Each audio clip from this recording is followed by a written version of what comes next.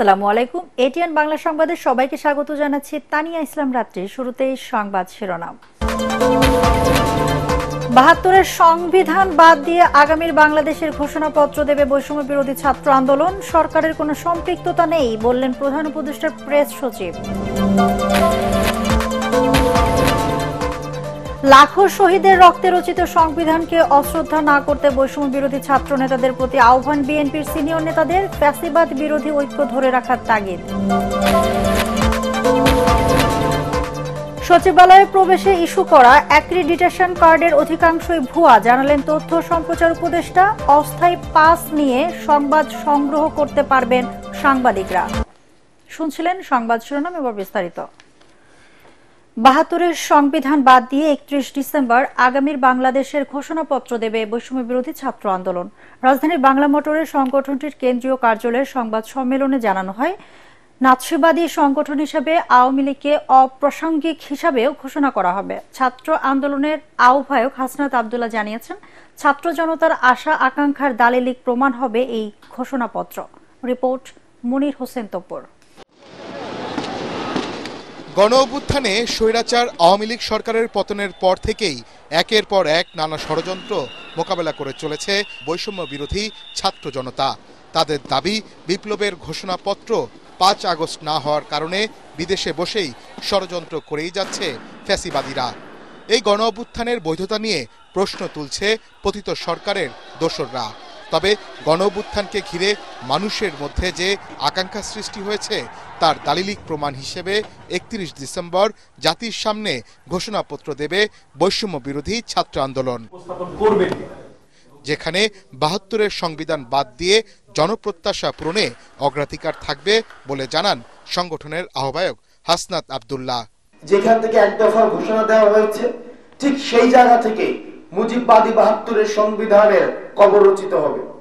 ঠিক সেই জায়গা থেকে আওয়ামী লীগ বাংলাদেশের প্রেক্ষাপটে একটি অপ্রাসঙ্গিক একটি রাজনৈতিক দল, যারা গণমানুষকে মানুষ হিসেবে স্বীকৃতি না দিয়ে নির্যাতন, নিপীড়ন, গুম এবং খুন এবং হত্যার যারা রাজনীতি করেছে, যারা জনগণের বিপরীতে, আশা আকাঙ্ক্ষার বিপরীতে দাঁড়িয়েছে, আমরা প্রত্যাশা রাখছি এই জুলাই প্রক্লেমেশন অফ জুলাই রেভলিউশনে এই নাৎসিবাদী এই দলটিকে সেখান থেকে বাংলাদেশে অপ্রাসঙ্গিক ঘোষণা করা হবে।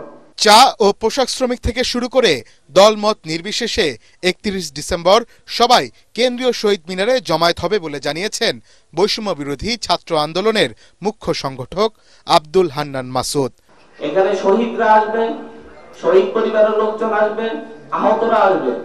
আহতরা তাদের আকাঙ্ক্ষার কথা বলবে, তারা কেন তাদের হাতের বিনিময়ে অর্জিত এই গণ অভ্যুত্থান, তাদের চোখের বিনিময়ে অর্জিত এই গণ অভ্যুত্থান, তাদের পায়ের বিনিময়ে অর্জিত এই গণ অভ্যুত্থানে তাদের আকাঙ্ক্ষার কথা বলবে।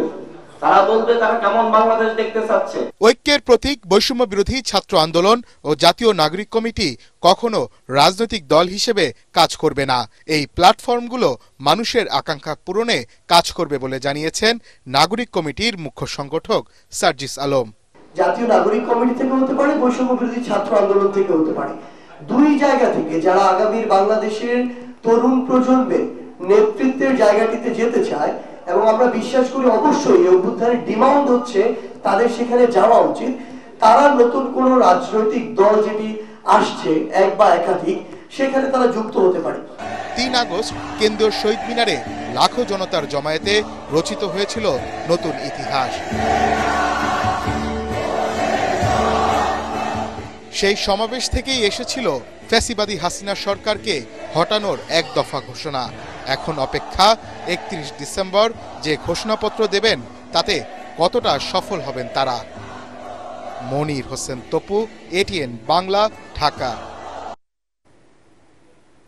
জুলাই বিপ্লব নিয়ে বৈষম্য বিরোধী ছাত্র আন্দোলনের ঘোষণাপত্রকে প্রাইভেট ইনিশিয়েটিভ বলছে অন্তর্বর্তী সরকার। সংবাদ সম্মেলনে প্রধান উপদেষ্টার প্রেস সচিব শফিকুল আলম জানান, এর সাথে সরকারের কোনো সম্পৃক্ততা নেই। এদিকে সচিবালয়ে আগুনের ঘটনায় সোমবার প্রাথমিক তদন্ত প্রতিবেদন দাখিল করা হবে বলে জানায় প্রধান উপদেষ্টার প্রেস উইং। আরো জানাচ্ছেন ইয়াসিন রানা।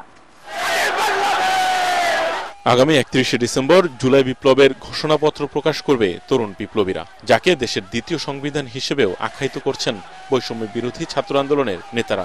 বাংলাদেশের প্রতিটি নাগরিকের অংশীদারিত্ব বুঝিয়ে দেওয়ার জন্য সেই 31শে ডিসেম্বর আমাদের সেই মিলিত হওয়া।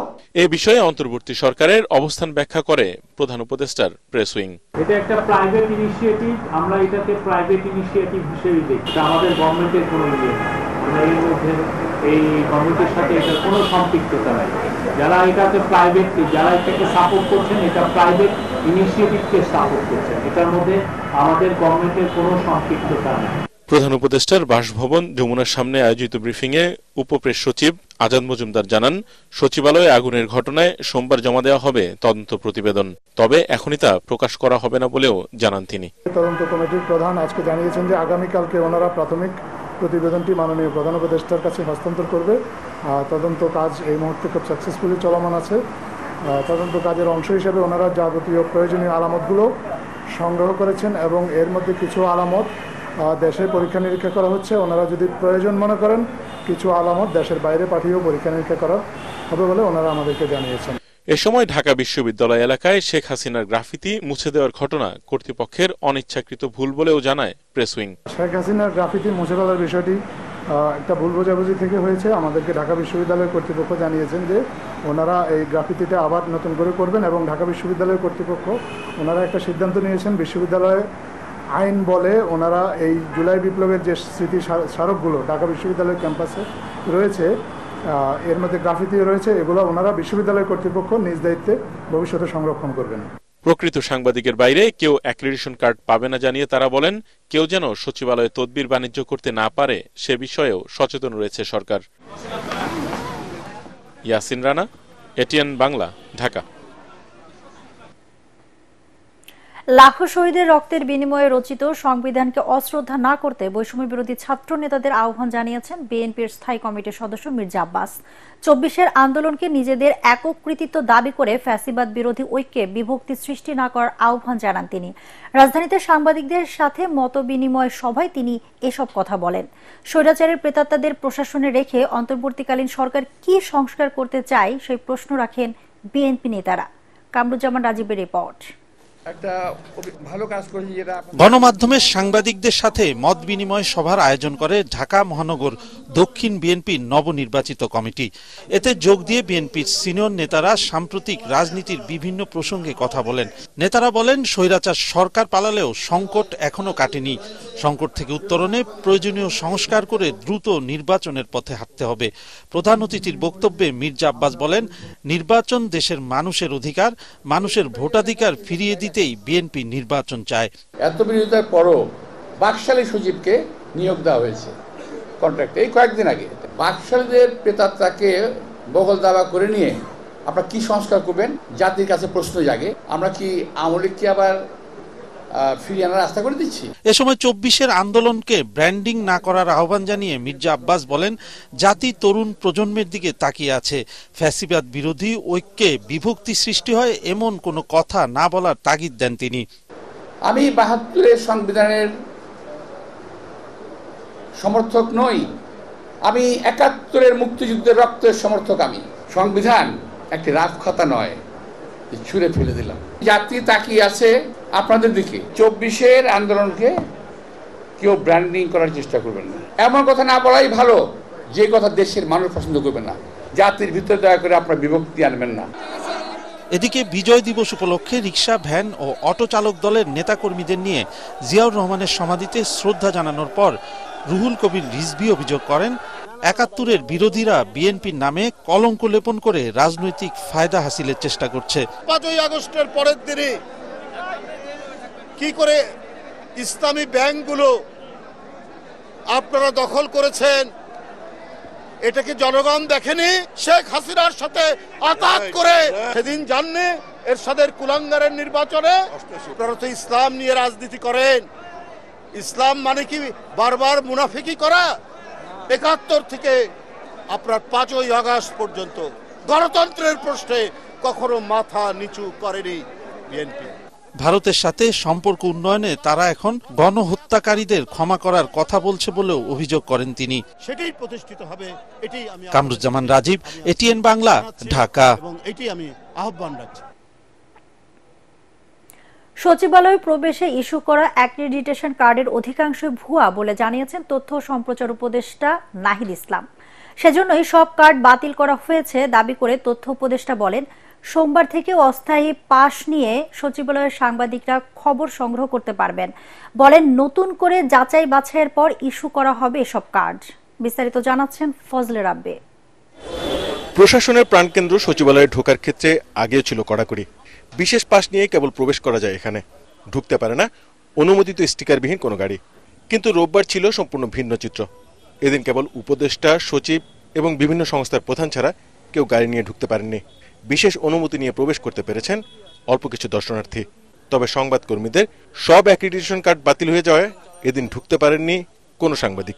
সচিবালয়ের নিরাপত্তা বিঘ্নিত হয়েছে এর আগেও বিভিন্ন সময়ে। তো দীর্ঘমেয়াদী সামনের দিনগুলোতেও জন্য আমরা ভাবছি। এই কারণে আমাদের প্রায় 3000+ অ্যাক্রিডিটেশন কার্ড কিন্তু দেওয়া হয়েছে বিগত সময়গুলোতে। এই 3000+ অ্যাক্রিডিটেশন কার্ড আমরা রাখতে পারবো না, এটি বেশিরভাগই এখানে ভুয়া। আমরা আবেদনের ভিত্তিতে আবার যে নীতিমালা আছে সেই নীতিমালা অনুযায়ী আমরা নতুন করে স্থায়ী পাসটি দিয়ে দিব। উপদেষ্টা নাহিদ জানান, যাচাই বাছাই করে সাংবাদিকদের আবেদনের পর নতুন করে ইস্যু করা হবে অ্যাক্রিডিটেশন কার্ড।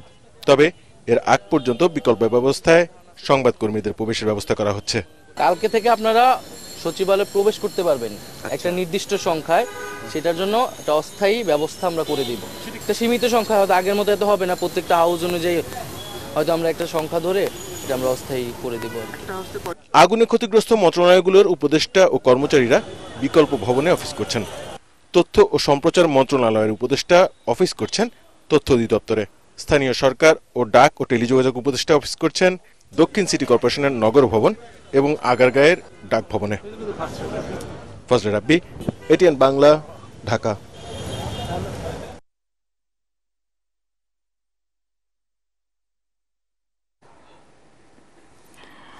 সংস্কার কমিশনের কারণে নির্বাচন পিছিয়ে যাওয়ার কোনো সম্ভাবনা নেই বলে জানিয়েছেন সংবিধান সংস্কার কমিশনের চেয়ারম্যান অধ্যাপক ডক্টর আলী রিয়াজ।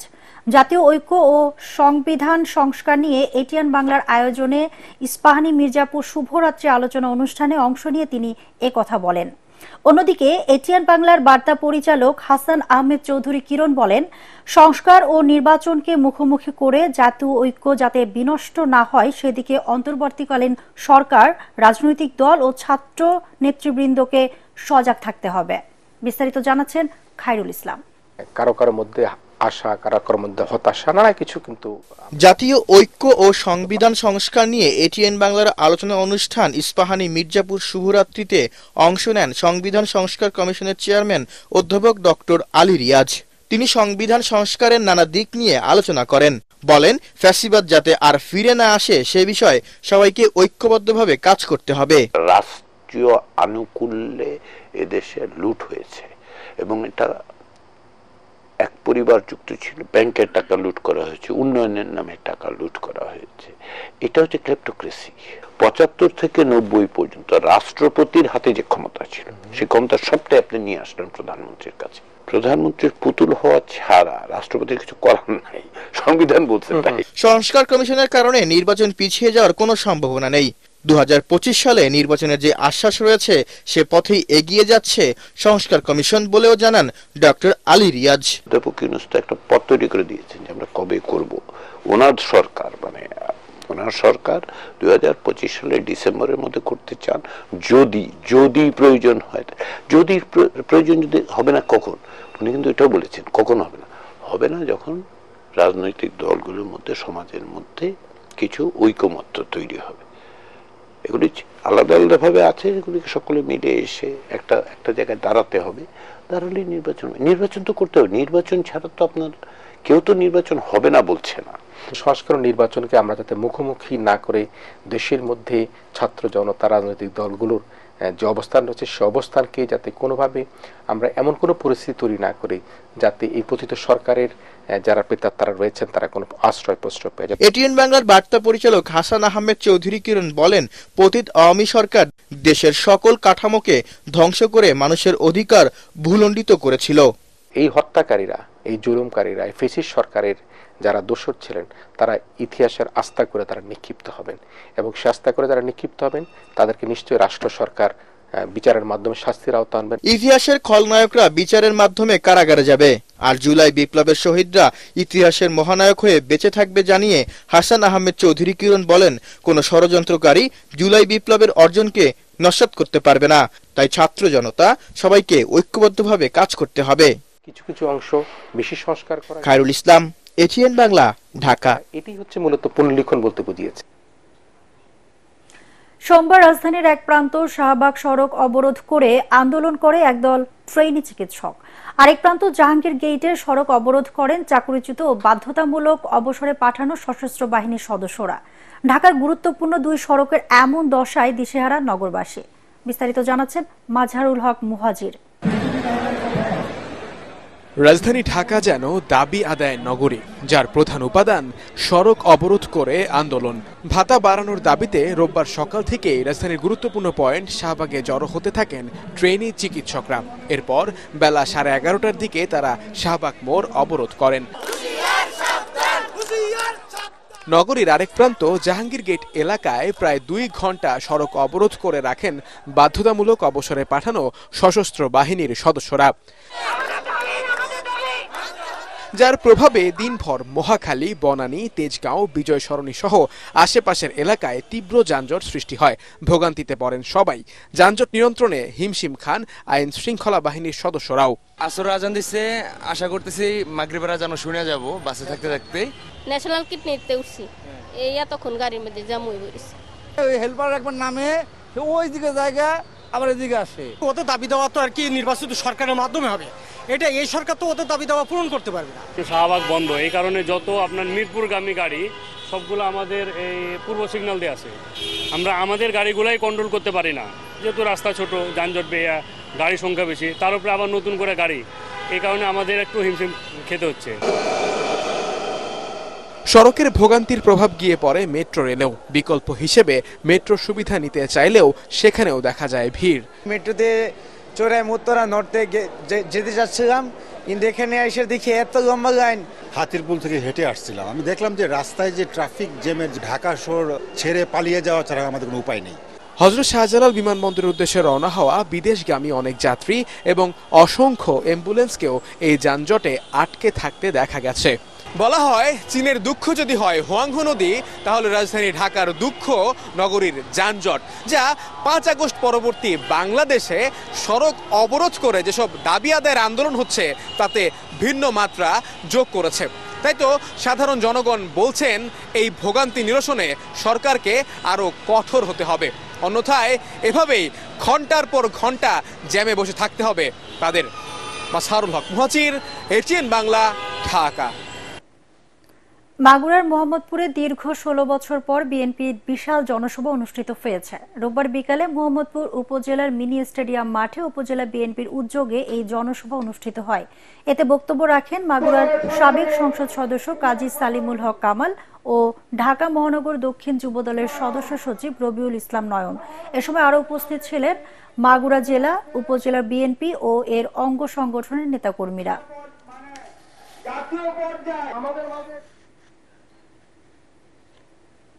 খুলনার পাইকগাছার হরিঢালি ইউনিয়নের নগর শ্রীরামপুরের মুন্সিবাড়িতে জিয়া প্রাইমারি হেলথ কেয়ার সেন্টারের উদ্যোগে অনুষ্ঠিত হল ফ্রি মেডিকেল ক্যাম্প। দিনব্যাপী মেডিকেল ক্যাম্পে 5 শতাধিক অসুস্থ হতদরিদ্র নারী, পুরুষ ও শিশুদের চিকিৎসা সেবার পাশাপাশি বিনামূল্যে ওষুধ দেওয়া হয়। বাংলাদেশ সংবাদ সংস্থা বাসুসের চেয়ারম্যান ও দৈনিক ইত্তেফাকের যুগ্ম সম্পাদক আনোয়ার আল-দিনের ব্যবস্থাপনায় মেডিকেল ক্যাম্প পরিচালনা করেন দেশের প্রখ্যাত হৃদরোগ বিশেষজ্ঞ পিজি হাসপাতালের চিকিৎসক ডাক্তার মাগফুর রহমান। ঢাকার ক্যান্সার হাসপাতালের সহযোগী অধ্যাপক ও ইবনে সিনা মেডিকেল কলেজ হাসপাতালের চিফ কনসালটেন্ট প্রখ্যাত চিকিৎসক ডাক্তার আব্দুস সালাম চিকিৎসা সেবা দেন। এ সময় পাইকগাছা উপজেলার বিএনপির সভাপতি ডাক্তার আব্দুল মজিদ উপস্থিত ছিলেন। এবারে পার্টেক্স খেলার খবর।